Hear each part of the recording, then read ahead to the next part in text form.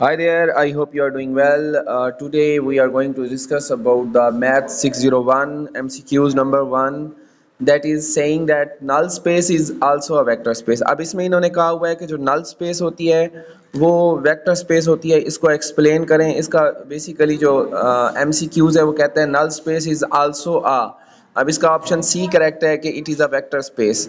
Basically अगर आपको पता है कि नल स्पेस क्या होती है, null space is a function होता है या लीनियर ट्रांसफॉर्मेशन होती है जो कि जिसमें से जो इनपुट होती है, जो इनपुट सेट होता है, वो सारे एलिमेंट्स जो हैं उनको मैप करता है किसके ऊपर, ज़ीरो के ऊपर. मतलब वो सारे एलिमेंट्स को ज़ीरो के ऊपर मैप कर रहा होता है.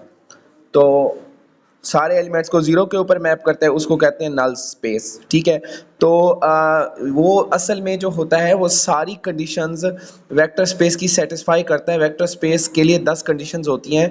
कुलैयर अंडर एडिशन होती है, कम्यूटेटिविटी होती है, एसोसिएटिव होती है, एडिटिव इन्वर्सेस होते हैं, एडिटिव आइडेंटिटी होती है, तकरीबन 10 प्रॉपर्टीज़ होती हैं. इसी तरह कुलैयर अंडर मल्टीप्लिकेशन होती है, डिस्ट्रीब्यूटिव होती है, distributive property of scalar multiplication over addition होती है. 8वीं property scalar multiplication of over associative होती है. इसी तरह मोनोडल प्रॉपर्टी होती है. तो तकरीबन 9-10 प्रॉपर्टीज़ बनती हैं जो कि हमने वेक्टर स्पेस के लिए हमें चेक करनी पड़ती हैं.